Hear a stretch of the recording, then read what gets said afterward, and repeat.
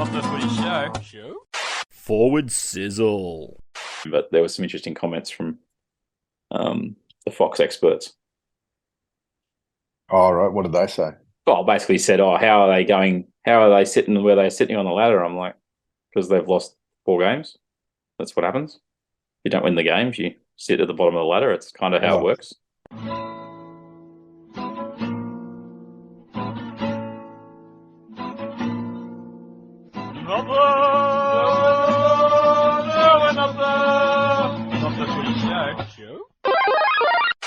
G'day, everybody. Welcome to episode 290 of Not the Footy Show. Yes, we're only 10 episodes away from the magical 300. It's only taken us, just that's so long ago that I had to dust off the records of the first pod we did back in 2010. Coxsmith, 290 in the books, and it feels like that long since Canberra won a game against Brisbane, or is it just me? Or won a game this season? We've knocked over the undefeated Broncos. We beat them 20-14. Ricky Stuart, once again, he's a genius. He's a master motivator. And what I wanted to open up with, sorry, it's Warrick Nicolson, it's Robb Cox, is, mate, the exchange of text messages we had on, was it Friday or Thursday, when the Broncos announced that they were re-signing Kevin day after it was after the Roosters game, wasn't it? I think it was Friday. So it was announcing that they were Friday extending Kevin for 2 more years. And a couple of things that I thought just were worth pointing out as we open the show, and that is the Broncos don't seem to learn about, the start of seasons don't equal, end results, because they've gone off early again. They did it last year and they've done it again. And I don't get it, Coxsmith. Regardless of the result on the weekend, I just don't understand this trend across the game where you have 6 good weeks and all of a sudden you get rewarded with multi-year deals. And this isn't a criticism of Kevin Walters in the slightest. It's just clubs are doing this. I just think it's fraught with danger. Well, I agree with you. What's in it? What's the benefit of doing it before round 12 or 13, whatever the halfway mark of the season is now? Why wouldn't you take a good look at the year? You've got. He's not going to go anywhere else. Yeah. Kevy's not getting signed anywhere else by anyone. Yep. So why wouldn't you say to him, "Look, Kevy, we want to re-sign you, but we aren't going to do it until at the very earliest round 12, and we need you to be winning at least 60% of your games or something like that. Or even if you didn't say that, we're going to review it after 12 rounds, and if all's going well, we'll re-sign you." I don't understand why they do it. You don't get a really good feel of how the coach is going, and probably until unless he's lost a lot of the games, but until probably round 10 or 12, because just like possession in a game, that tends to even out after a few rounds, after a dozen rounds or so. Yeah, I think they've gone off too early. In saying that, just before we started to roll, I did say to you that I think Kevin Walters is probably the nicest bloke in the NRL. He's definitely the nicest coach. I'd love. I reckon he's got an angry side though. He's certainly. I reckon he can blow up at his team. That's good. You need that. He's got a blow up in him, but I still think that if you got him in a relaxed moment, he'd be awesome to hang out and talk footy with and have a beer with. So is he the Origin legend you're getting on the podcast this week? Is that the next? Oh, podcast? It could be. We'll see. It could be any. It could be any of the Walters for the next 10 minutes. We'll get Kevy on Wednesday. I just want to quote. It was on Thursday that he announced. This is Dave Donaghy, the Broncos CEO, and this is just why this is the round 6 review. But I think it's important just to take stock of the fact that we're only 6 rounds in, people, and this is why I'm not getting excited about Canberra beating Brisbane. It's not the lead. The lead is clubs are going off way too early on extensions, huge contracts, and Payne Haas wanting over $1 million for 5 years. The most expensive player in the game was one of the things. It's just, come on, just temper it back. This is Dave Donaghy. He says Kev is doing a fantastic job as Touri's staff and the entire playing group. The contract extension for Kev is recognition that he has the football program on the right path, which you could have argued was the case at this time last year, if not halfway through the year, almost round 12, like you were saying. His next paragraph's the key. Whilst the season is still only young, our team's performance over the opening rounds is a testament to the way Kev and the whole program have stepped up over the preseason to work hard and progress together. They just got beaten by a team that has looked horrendous the last couple of weeks. That basically got out enthused. They wanted it more, the Raiders, and even Reece Walsh, when he was interviewed at the end of the game, you could see they just expected to win. Now that's a good thing, Coxsmith, but to me, it's a red flag on. There's a long way in the season to go, and this team's got to build that resolve back in them when things start going against them, which it did last year, and they missed the finals from a position you just didn't expect them to miss at all. And yet, here we are. We're going to reward the coach. We're going to reward the players. We're going to sign everybody to a long-term deal. It just doesn't. I don't get it. I don't get it. And I think it's seen on the performance on the weekend that you're just going off too early. Yeah, all that I agree with. But the thing with the Raiders the other night, the Raiders, did seem like they just came out very enthusiastic and just really wanted to play that game and get into it. And it, it probably played into Ricky's hands a little bit, them re-signing Kev during the week, because when you get a rise at work or you get an extension on a contract, you tend to get happy and a little bit relaxed. And I'm not saying Kevy lost him that game, but the around the camp might have been a little bit upbeat, and down in Canberra is very different. Ricky was probably telling players that they're playing for contracts. If they don't turn up, he'll clean them out, and he's probably got the blessing of the board to do that. So there was a very different feeling in each camp, I'd say. And, Ricky's, there is no, I don't know if there's any more inspirational coach, and whether inspirational is a threatening coach or whatever you want to call it. But I don't know if there's many coaches in the comp that can have the influence on a team like Ricky Stuart can.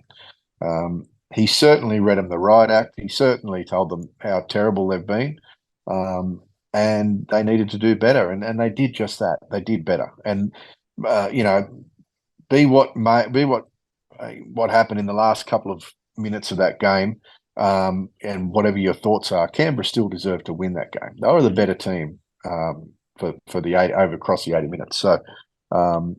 If you want to talk about that, let's talk about it. I just want to quickly touch on Rapana Stuart incident. because the pot shots on Stuart, there's plenty of them.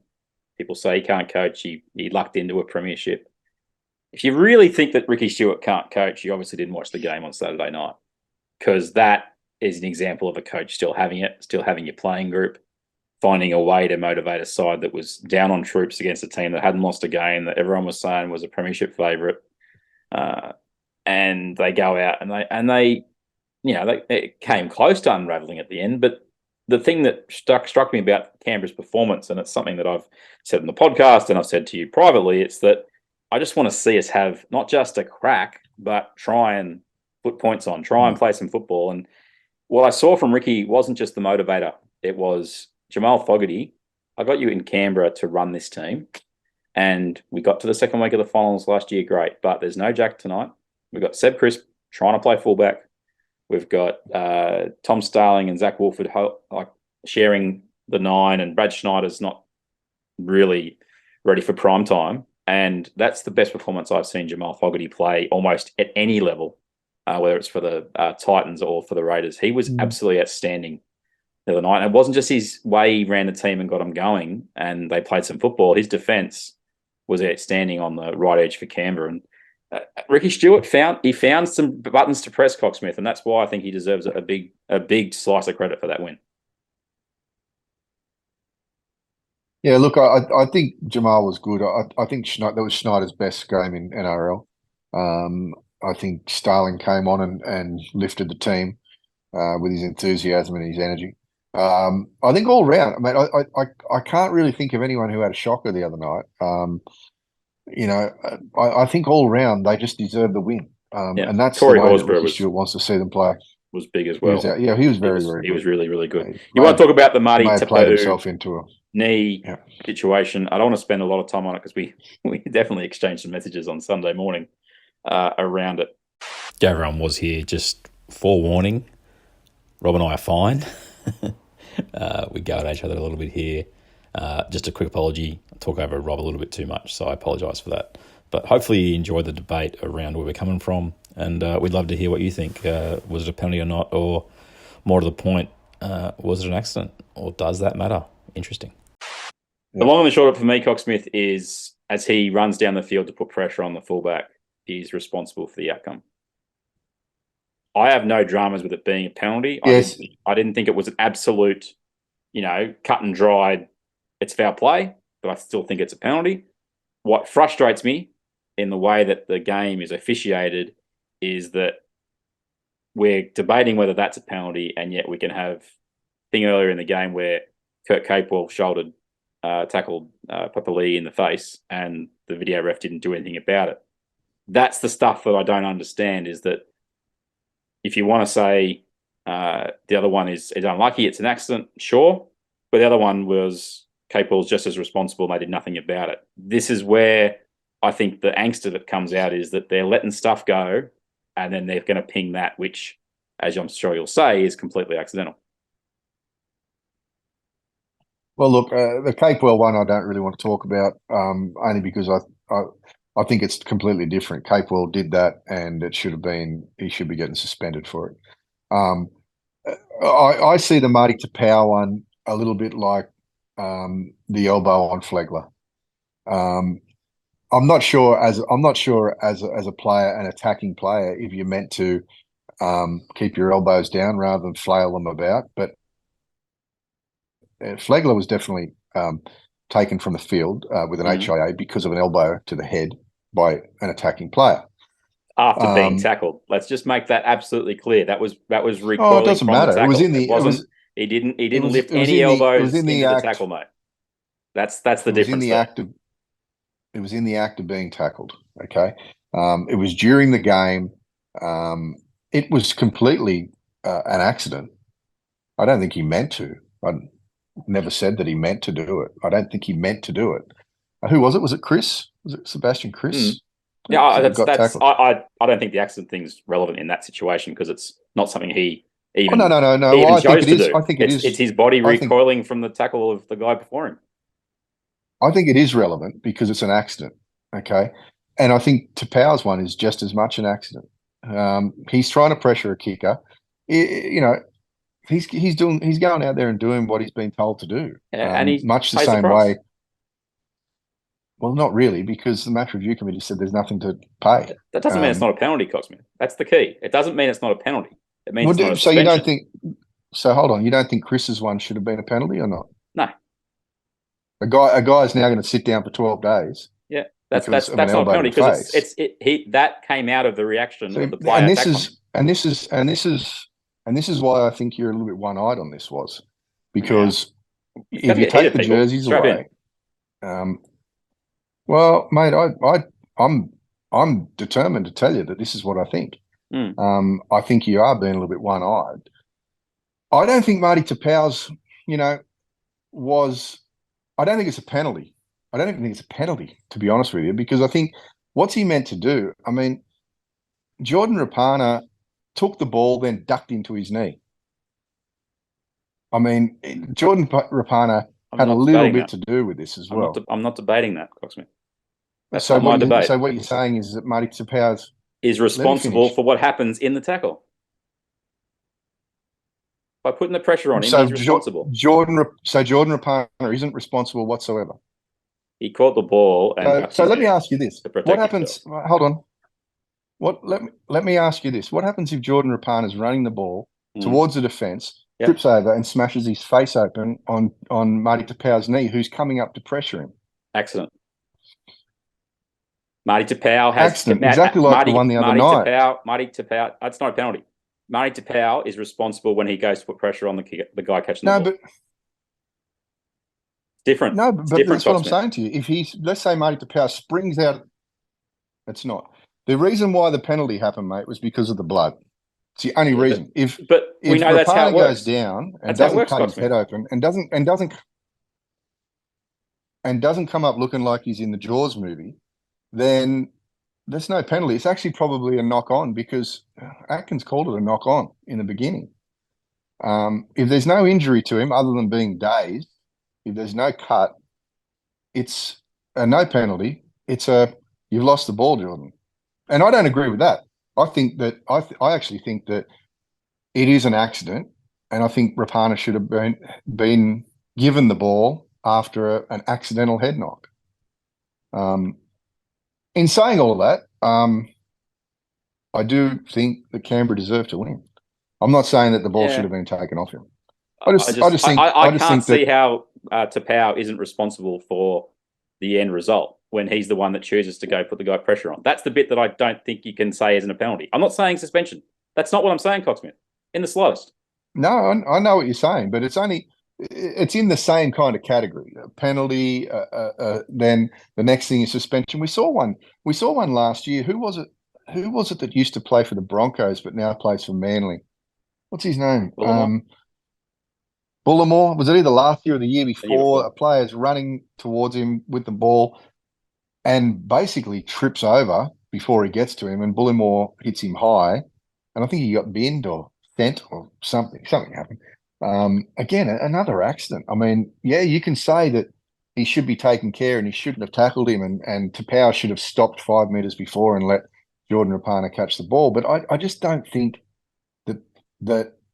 that's rugby league. I think that we're getting away from. I think I'll finish and then you can finish because otherwise we'll talk about this for 20 minutes. But I think rugby league is a game where the chances are you can get hurt, and the chances are you will get hurt in a game of rugby league. And when you take that away, it stops being rugby league. And this is the big difference between what I think rugby league and touch football. The NRL had a massive brainwave a few years ago when they bought the touch football competition. And then wondered why people weren't even a little bit interested. Oh, why aren't they watching this? It's amazing. Yeah, they're skillful and everything. But the moment you take the chance of somebody being hurt out of the equation, people don't give a rat's because, geez, I can go down the field and watch 10-year-olds play that game. The biggest draw card in rugby league is the defence and the collision. Okay, if you have players storming down the field and pressuring kickers, and look, I don't think Rapana dropped the ball because of the pressure. I think he dropped it because of the head knock. What I believe the accidental head knock was. But if you take that out of the game and you say, hold on, Marty should have pulled up 3 meters before and just let Jordan catch it. Well, then Marty probably gets his ass fired, mate, because he's meant to be there to be an enforcer and to be a bloke that's intimidating and to scare people. And if there's no collision, if there's no chance of a collision, there's no scariness. And Marty just becomes a big dude playing football. So I respectfully, and I've listened to your argument, and I'm borderline agreeing with you, but the thing that stops me from agreeing with you totally, or even a large percent, is because I think the game, when we take this collision out of the game, and when we take this intimidation out of the game, we soften the game up. And I'm not trying to say, oh, the game's gone soft. But what I'm saying is when there's a chance of, and the players know that there's a chance, every chance. I think that it weakens the game, it waters the game down a little bit. And I, you know what? And I said this to you yesterday or the day before. I totally think that Jordan Rapana, I think he deserves an Academy Award because I think it was fantastic what he did. I remember watching James Brown back in the days when he was on stage and he'd pretend to collapse and they'd come out and they'd try and put a cape around him to try and help him off, and he'd throw the cape away and say, I'm okay, and he'd start singing again. And I think that was very much Rapana. I think that he knew the theatrics of what was required there, and he did a good job. I mean, he didn't look too ill after the game. He looked pretty good. Some of the video I saw of him on the airplane looked like he was in pretty jovial mood too. He is not playing next week, Coxsmith, just to be clear. No, only because he's not allowed. The NRL has said that he didn't have an HIA, by the way. Key point of conjecture. You're putting words in my mouth. You think that I think that shouldn't happen in the game. Not correct. Not correct. Okay. I'm saying that because it happened in that situation, it's a penalty. I'm not saying Marty Taupau shouldn't run down the field. I'm not saying that high tackles shouldn't happen in the game of rugby league. But the fact is, when he ran down to put pressure on Rapana to make him drop the ball, he put himself in a situation where, unfortunately, his knee cocked the back of Rapana's head. Blood spurted out. Rapana got knocked out. I don't know why he put the ball on the ground. I don't think it was just purely... I'm not sure he got knocked out, man. Rapana wasn't knocked out. Sorry, he got whatever word you want to use. All right, it definitely clocked him in the head with his knee. We're not debating that. Oh no, not debating it at all. And cut him, So and got him pretty good. The and cut him well, but penalties for hitting him in the head. It's not whether he got concussed or not. The penalties for being hit in the head. The penalty was for the blood because it happened, and that's the issue. But that's the issue I have. But if there's no blood, there's no penalty. Maybe no blood, so. No penalty. Maybe so. Maybe so. I'm not. I'm fairly. I established earlier that the Capewell thing should have been a penalty, and they made no attempt to penalise him. He didn't even end up on a ball. And I agree with you that the Capewell thing should have been a penalty. But I also think, we can go around in circles if you like, but I also think I'm not going around in circles here. I'm defending what I think you were saying that I'm saying, and I don't think that's the truth. I also think when a player lashes out with his elbow, he didn't lash out, man. Well, mate, okay. Look at the tackle again. I encourage anybody watching. Watched it. It's his body recoiling. It's his body recoiling. I've watched it, and I think that there is just as much a reason to blow a penalty, and it's very rare these days. We see penalties with attacking players striking another player, whether it be accidental or not. Unless it's Joseph Suaalii, who's getting away with lifting his knees every tackle.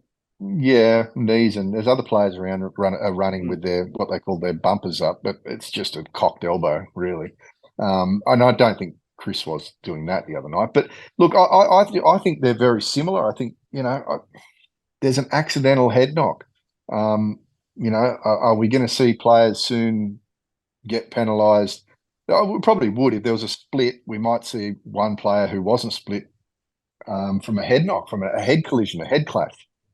I just don't like, and I'm really neutral on this because I don't really terribly much like either team, and I don't dislike either team.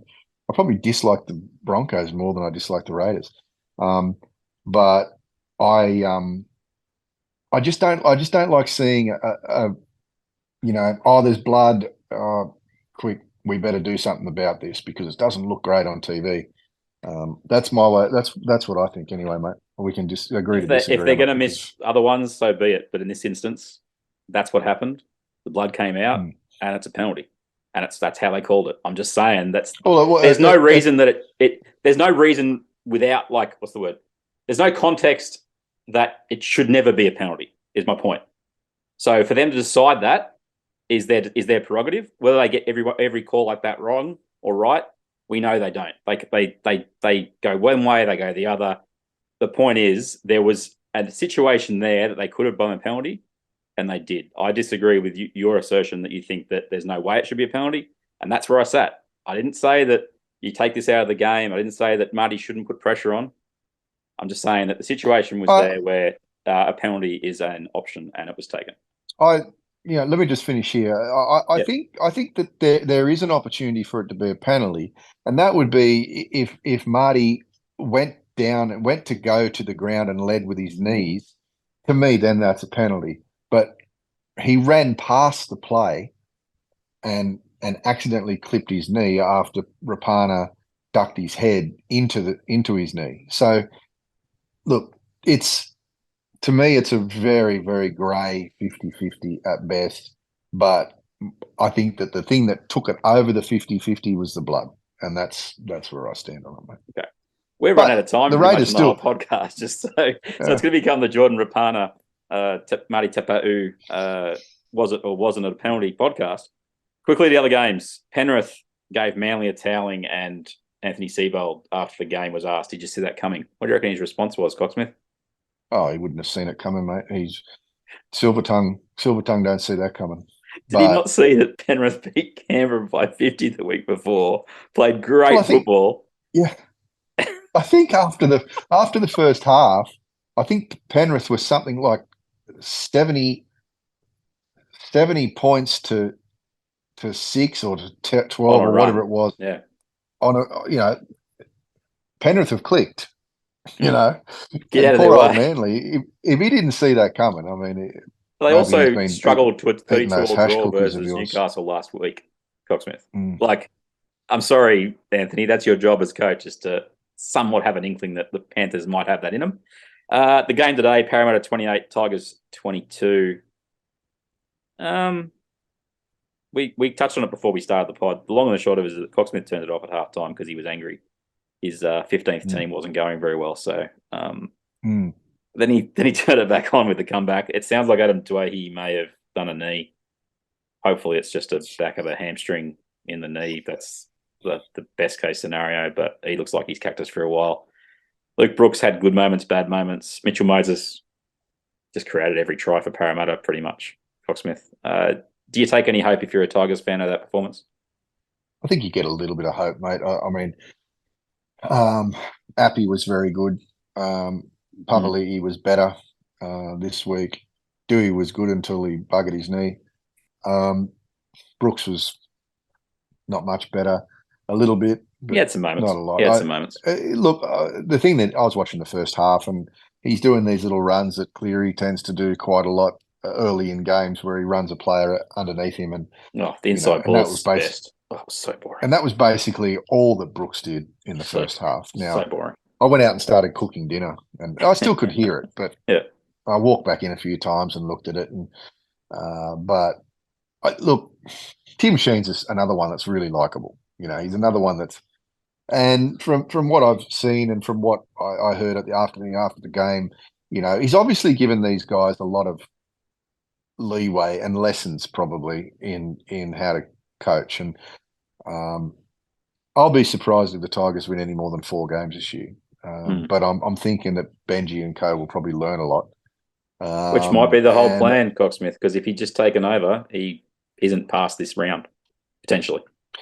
Yeah, and look, maybe the other thing with him is he looks at the team and says, we've bought a few players. We've got one bloke that's sucking 10% of our cap out the back door. He's not really offering much, but we'll get rid of him next year and we'll get someone else in. And there could be a bit of that going on. I'm not sure, but I know that he's trying to build, and it's so painful when your team has a rebuild and a 5-year plan and all that kind of stuff. So I did see some better stuff today, though, from the Tigers than I've seen in the past. Junior Tupou was really good on the wing for the Tigers. He had a great game for them. The annoying thing from the Fox narrative today was how good Para are. How are they 2-4? How are they 1-4? Because they lost games. That's how it works. If you don't win the games, that's how your record is what it is. So interesting wins for the Parramatta this year. They've knocked off Penrith and they've knocked off the Tigers. Well, like I said to you just before, mate, if Parramatta have lost this game against the Tigers, if the Tigers had just lifted a little bit more and got them, Parramatta would be equal last with the Tigers. Not real good for last year's runners-up. 2 teams that are doing a lot better than we thought. Although the Warriors, I thought, were disappointing on Sunday night. But the Knights beat them 34-24. Self-belief looks like it's back in the Hunter, Coxsmith. There was a moment there, I don't know if you watched the game, where Edward Cossey made a break and 9 Newcastle Knights players raced after him, and there was only 1 Warrior in support. Is Aaron O'Brien safe all of a sudden? Because they've got 3 wins and 2 losses. He might be safe until at least after the Origin, and we'll see. We'll see. Not that they'll lose many in the Origin, but they're in the 8. It's phenomenal. Well done, Newcastle. Warriors disappointing loss, but Sean Johnson going tremendous. Geez, playing well. Speaking of playing well, not playing well. Supercoach Payton and his Cowboys. They may have taken it a little bit easier in the off-season. They're 2 wins from 6 games, and they've looked horrible. They got done by Redcliffe, 32-22. And on what planet does a coach play Jake Granville more minutes than Jason Taumalolo in the same position? Because that happened on Friday night. I'm not sure, man. I know that Payton has had this ongoing, almost maybe it's an internal battle or whatever it is with Taumalolo. He made some comments. Remember that first year?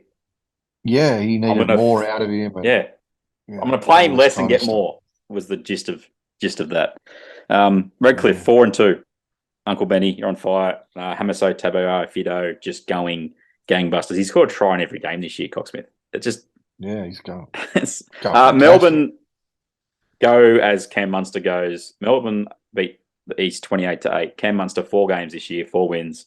That is the story of that game, is that Cam Munster is worth every cent you're paying him. Agree with that?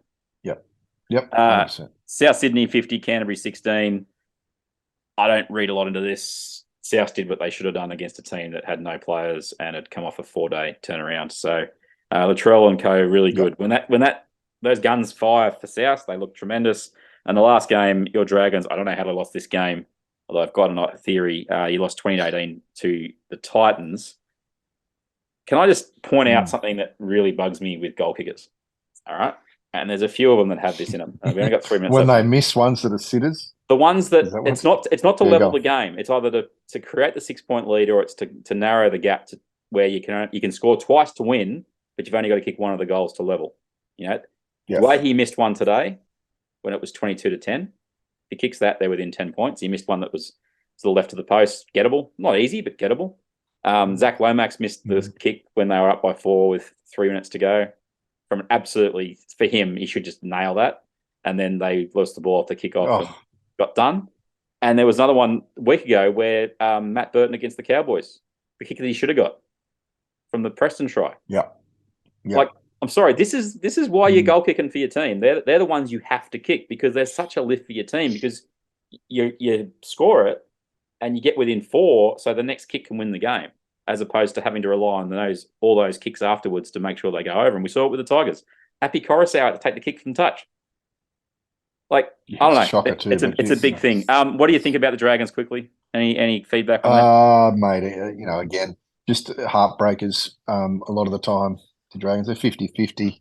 A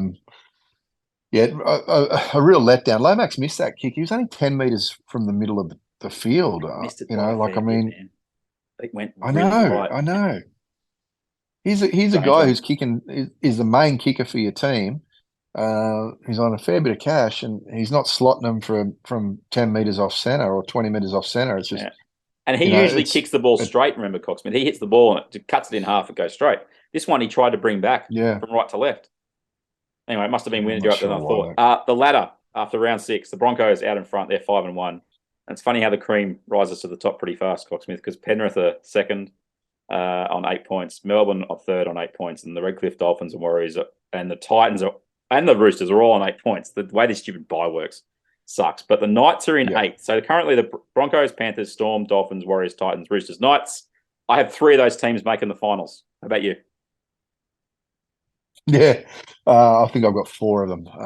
But mate, we're not gonna see this thing level out until after round 12. Correct. And then there's the rest of the teams. We've run out of time. Coxsmith, take us out quickly, Coxsmith. That's episode 290. See you later. Catch you later, mate.